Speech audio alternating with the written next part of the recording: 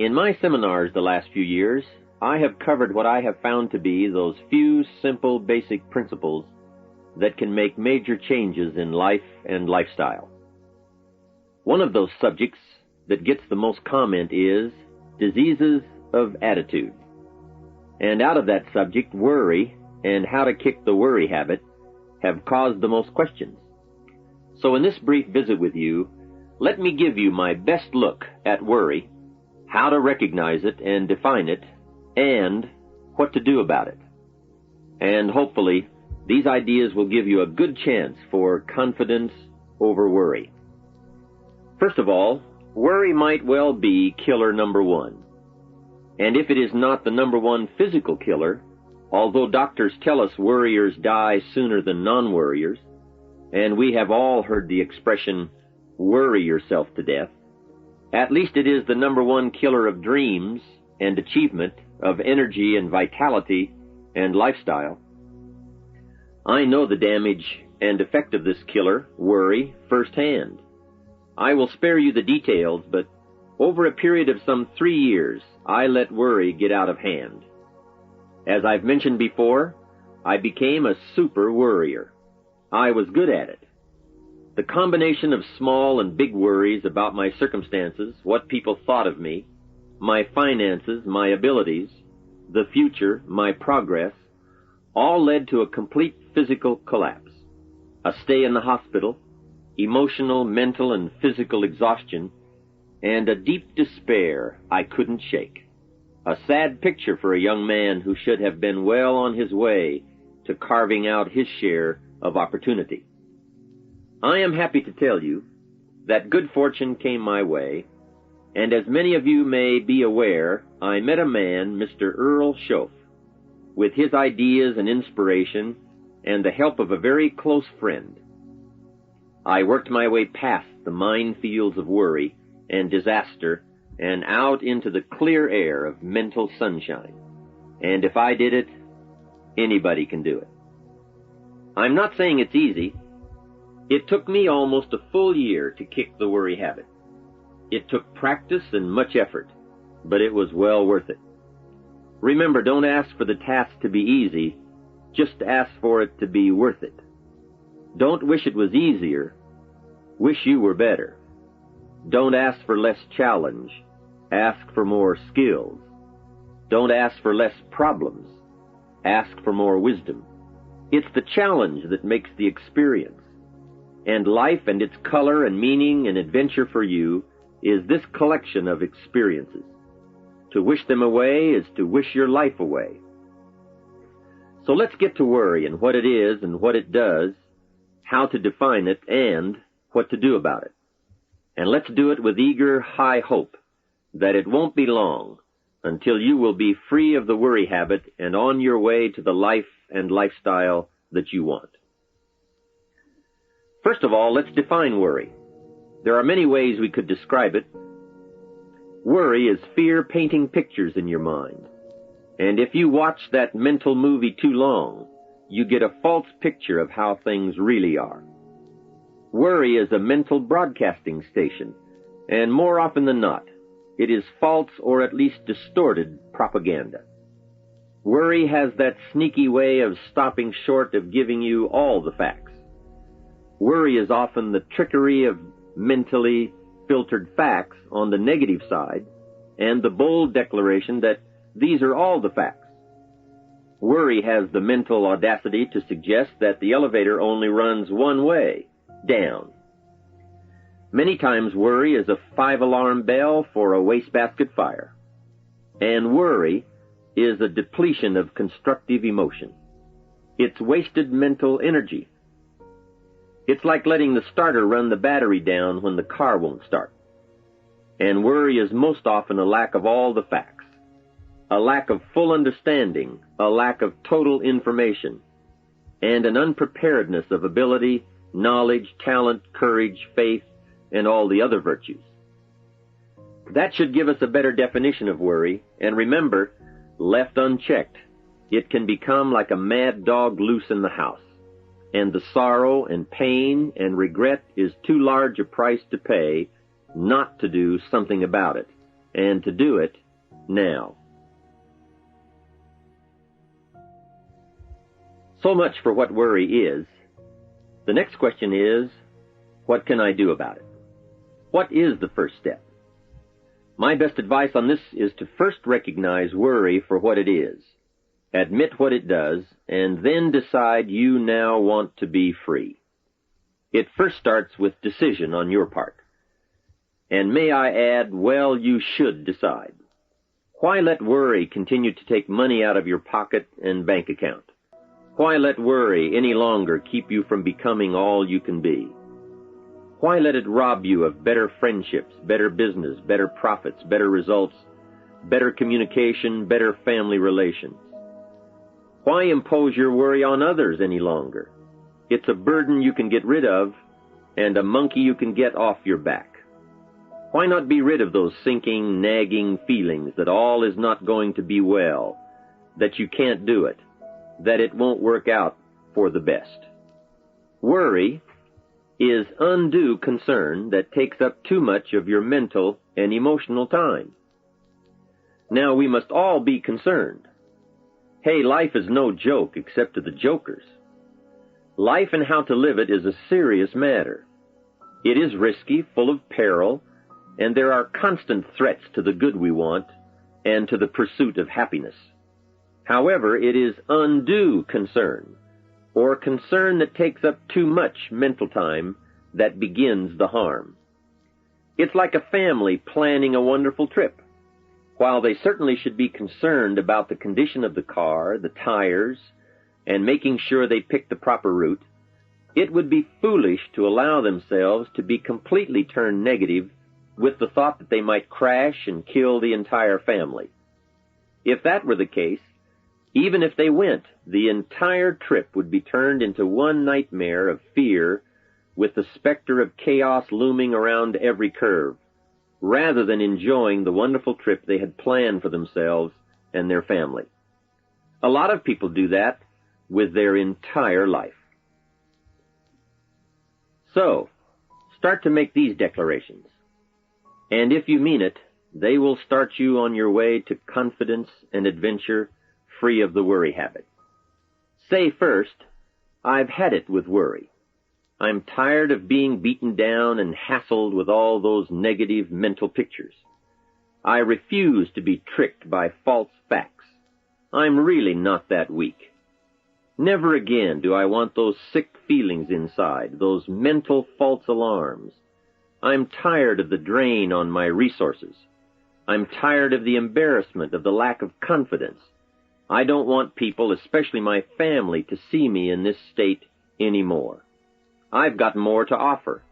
I refuse to let my life be short-circuited any longer by letting my mind run wild with a distorted view of the facts, whether I bring it up or if it comes from someone else. Prove it to yourself. Think back over all the things that you worried about, all the fantastic, catastrophic events that your well-meaning advisors had told you were going to happen.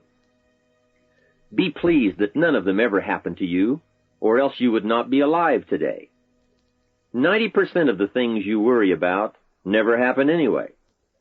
All of us have had these well-meaning advisors who want to appear larger in the eyes of those they wish to advise, and who immediately rear back and describe every single bad option they can think of that might possibly happen. By the time they have finished, the one who has come for some confidence and some help wonders why he even bothers to live anymore. And the fact is, those things are never really going to happen anyway. Bring to question now what your mind tells you or what others tell you, and pledge not to go for false alarms. I've had it is a good beginning. This first step will start you arguing with your worry thoughts. Soon you will start to examine your fears and worries to see if they are valid, and you won't let your mind play those mental tricks any longer.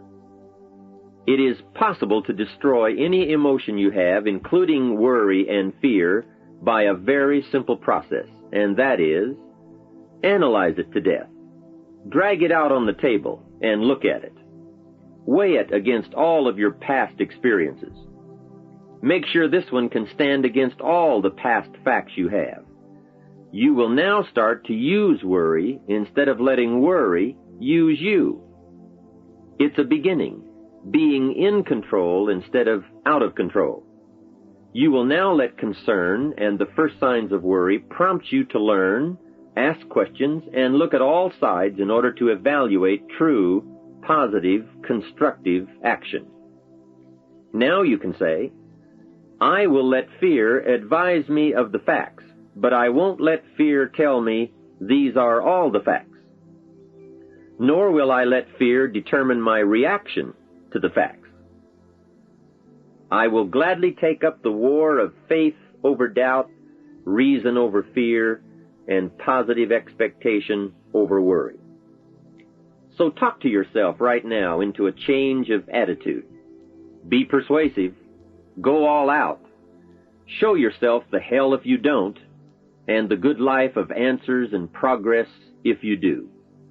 Say to yourself, what a fantastic feeling it must be to stop the panic drain on my mental energy, emotion, and physical strength. Imagine putting all that saved energy and emotion and strength into my action plans for the good life. Hey, accept the challenge. Believe your beliefs, doubt your doubts, stay on the campaign to give worry a bad time. Like being your own conscientious judge, say, I've had it with the presentation of a one-sided story. I sustain the objection that worry has failed to bring out all the facts. I despise these mental courtroom maneuvers that try to belittle my client, me. I demand the whole truth, and if worry will not be silent, I may cite him for contempt of the court of reason.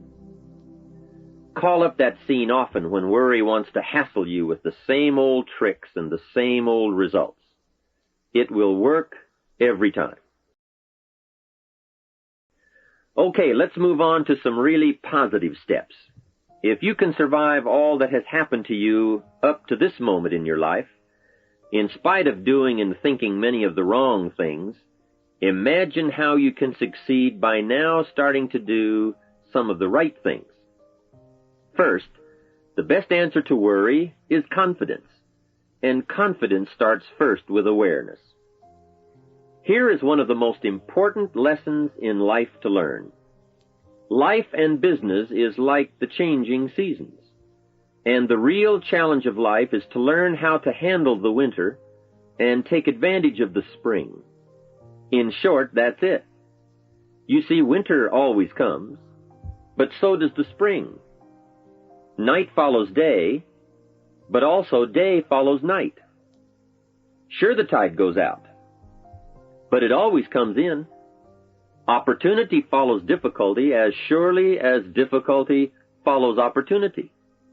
For this subject, however, let's talk about how to handle the winters. Those times when worry, like winter, takes its heavy toll. So, we tell it like it is. Winter always comes. So does the night. Some happenings in our life will always be a cause for concern. And sometimes concern turns to worry, and worry turns to fear. But remember, that is to be expected. Each day, each event, each season brings both expected and unexpected challenges that we must think about and make decisions on. Life is like a stream that flows continuously. The better we understand that, the better chance we have to produce good results out of all of our challenges. Here's some of the best advice I have on worry. First, don't be afraid to face the facts of life. It is not negative to understand that the winters always come. Don't be faked out. Don't clip the word impossible out of the dictionary. Sure, the Bible says all things are possible. Don't say, I don't want to hear the problem. I don't want to see the difficulty. Don't show me the weeds. Don't say anything negative. Only see the positive. That's foolish. There is a thin line between positive thinking and kidding yourself. And remember, there's also a thin line between faith and folly. Here is the key. Humans have the unique ability to see it as it is, and they also have the ability to see it better than it is. One is called fact, the other is called faith. Faith you develop, facts you acquire. The facts you acquire are essential. It's like belief. You constantly must find facts to support your belief. Here is a good prayer. Help me to see it as it is, and help me to see it better than it is, and then inspire me to act. Facts and faith and action. What a combination for personal progress. And so we come right back to the theme of our entire enterprise, self-development. Learn to work harder on yourself than anything else. The key to all success in economics or mental health is self-development. It will all change for the better when you change for the better. It's what you become that really counts. And you are the only variable. So a good statement is, you can't be all positive. You can't be all confident. You can't be all faith. But confidence and faith and courage and inspiration can dominate worry and fear. Make sure you give yourself the best chance to get mental and emotional domination over all of your challenges. And here is one of the master keys to the good life. Developing the intelligence and accepting the challenge of putting all of your emotional experience into their rightful ratio. Beginning this progress can bring about the most dramatic changes. You see, disappointment is like winter. It always comes. It is foolish to say, don't be disappointed. But you must learn to discipline your disappointment. If it dominates 51% of your time, you're in trouble. Continued heavy disappointment is like 12 months of winter, and 12 months of winter leaves very little alive. Use the guidelines of seasons to adjust to all the meaningful things that happen to you. So concern, fear, and disappointment, like many human emotions, serve a useful purpose as long as they are kept in their rightful ratio. Left unattended, the weeds take over. Disappointment rules. Worry breaks loose. Fear gets the upper hand, and doubt moves in. But managed, worked, given human action with will and knowledge and purpose, and gardens overcome weeds. Faith overcomes doubt, and confidence pushes worry into a small place. The second major key to mastering worry is to respond. Build up inside of you that heavy desire to be free, to get on with building your life and lifestyle. Too much is waiting to delay. Take a new look at your opportunities. Figure out new ways to seize them immediately and make them work for you. And here is a key. Bring a new dedication that you will master yourself with enough discipline to be more than qualified to do the present job and prepare yourself for the next move up. Expose yourself to every stimulation possible that will put all this in perspective. Now let's move on to a very important point, and that is, the best answer to worry is confidence. First, self-confidence. I can better handle next winter. I have a strong shelter. It is stocked with supplies. I now know how to take advantage of the spring. I'm going to plant better crops and bigger crops. I can last through the summer. I won't quit this time. I'll study weeds and how to get rid of them. I'll be less frightened of the changing weather and the quick storms. In the fall, I will exercise more care and reap what I have without complaint and blame nothing for the amount of my harvest. I'll learn to save a fair portion so that I can survive the bad seasons when out of control the hailstorm comes and it all goes wrong. Now we must consider this. The most fatal deterrent to self-confidence is guilt. Not doing all you know how to do to the full extent of your present ability weakens the foundation for confidence. The biggest part of worry comes from the lack of this personal confidence. And lack of confidence comes from two major things. First, no goals or plans. And second, no daily discipline to achieve. The inaction to cure or handle small tasks is what starts the guilt process. And that always tends to make you look at what's wrong and expect the worst. So listen to the voices of creative experience. Let nature, experience, wisdom, books, everything speak to you and teach you. Remember, both opportunity and challenge await action. Everything yields to diligence. It's not what you can do, it's what you will do that counts. An undeveloped ability comes from three problems. First, lack of inspiration to find out. Second, lack of reasons to learn. And third, lack of applied time and action for developing those abilities. Remember, humans are remarkable, a marvelously functioning entity. Imagine how uniquely your body and mind have survived and managed to function in spite of all the worry. Humans don't die easy. They die hard. Develop a plan for your life rather than aimlessly drifting through it, the victim of circumstance. Create your own environment and learn to control it. You control your own mental environment by developing yourself. So go on a crash program to clean up decisions, get things done, get other things set up and started and organized. Start doing all the things that would make you feel better. Exercise, diet, reading more books. Open a floodgate of positive moves in the right direction. And be thankful. Add up what you do have. Make an actual as well as a conscious mental list of all you possess, tangible as well as intangible. In view of the 4 billion other inhabitants of the world, yours is probably an incredible list. That list and being thankful should then lead to the big step of discipline. The discipline to sit up and listen, the discipline to pay attention, the discipline to give people and kids the gift of your attention, the discipline to be alert, take care of yourself, rest, eat properly, the discipline to talk well and practice good manners. Courtesy is contagious. Take one day and see what a variety of positive steps you can take and projects you can take on. At the end of the day, go over it.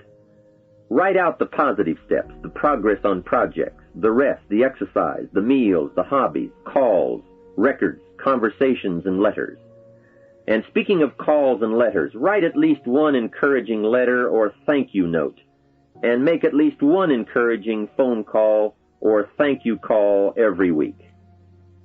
Then have a friend help you, as one helped me, to get all the facts and prepare for action. From such a friendship, the greatest gift you can draw is the truth. To one of my dearest friends I said just the other day, as my friend, do me the one best thing you can do for me, and that is, tell me the truth. From there I can grow. I can start making wise decisions. To sum it all up, first understand what worry is.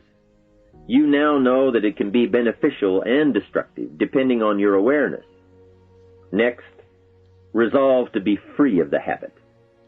That job is up to you. To work on yourself, to get the right attitude.